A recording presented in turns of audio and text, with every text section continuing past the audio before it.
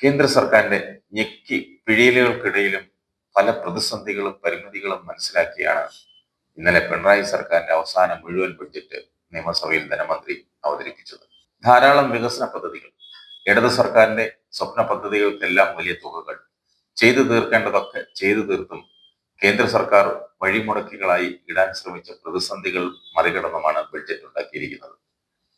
വയനാട് പുനരധിവാസത്തിന് മാത്രം 750 കോടിയുടെ ആദ്യ പദ്ധതി, റോഡുകൾക്കും പാലങ്ങൾക്കും 3061 കോടി, ജലപാതയ്ക്ക് 500 കോടി, ലൈഫ് മിഷന് 1160 കോടി, 5,05,000 വീടുകൾ പൂർത്തിയാക്കും, വിഴിഞ്ഞം, കൊല്ലം, പുനലൂർ വ്യാവസായിക ഇടനാഴിക്ക് 1000 കോടി, KSRTCക്ക് 6,965 കോടി നൽകും, DA കുടിശ്ശിക പെൻഷനുമായി ചേർക്കും, സർവീസ് പെൻഷൻ കുടിശ്ശിക കൊടുത്തു തീർക്കും, ശമ്പള കുടിശ്ശിക 2 ഗഡുക്കളായി കൊടുത്തു തീർക്കും, ആരോഗ്യ മേഖലയ്ക്ക് ആകെ നൽകുന്നത് 10,431 കോടി, തദ്ദേശ സ്ഥാപനങ്ങൾക്കുള്ള പദ്ധതി വിഹിതം 15,980 കോടി.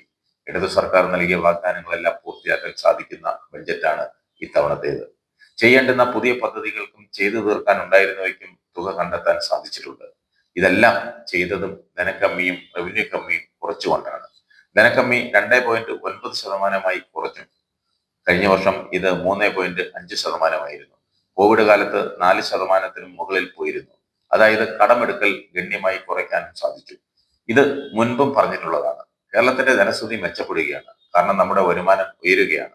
പെൻഷനും ശമ്പളവും അത്രയ്ക്ക് ഉയരുന്നില്ലെന്ന് മാത്രം. ഇപ്പോ കടവും പലിശയും കൂടി പിടിച്ചു നിർത്തിയിട്ടുണ്ട്. എന്നാൽ തനത് വരുമാനം ഇത്തവണ 50% വർദ്ധിച്ചു. കേരളത്തിന്റെ സാമ്പത്തിക വളർച്ച 10.5%. 50,000 കോടിയാണ് നമുക്ക് അധികമായി ഈ വർഷം ചെലവഴിക്കാൻ സാധിക്കുന്നത്.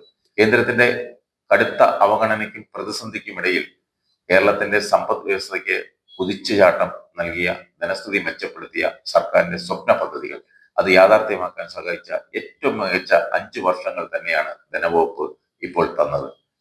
ഇതിൽ നിന്നൊക്കെ നമുക്ക് മനസ്സിലാക്കാം, പാഴ്വാക്കുകൾ പറയില്ല, പറയുന്നത് ചെയ്യുമെന്ന്. അതിനി കേരളത്തിലെ പ്രതിപക്ഷവും മീഡിയയും അല്ല, കേന്ദ്ര സർക്കാരും സംവിധാനങ്ങളും തന്നെ വഴിമുടക്കാൻ നോക്കി മുന്നിൽ നിന്നാലും പറയുന്നത് ചെയ്യുമെന്ന് പിണറായി സർക്കാർ കാണിച്ചു തരുന്നു. അതും കൂടിയാണ് ജനപക്ഷ ഇടതുബദൽ.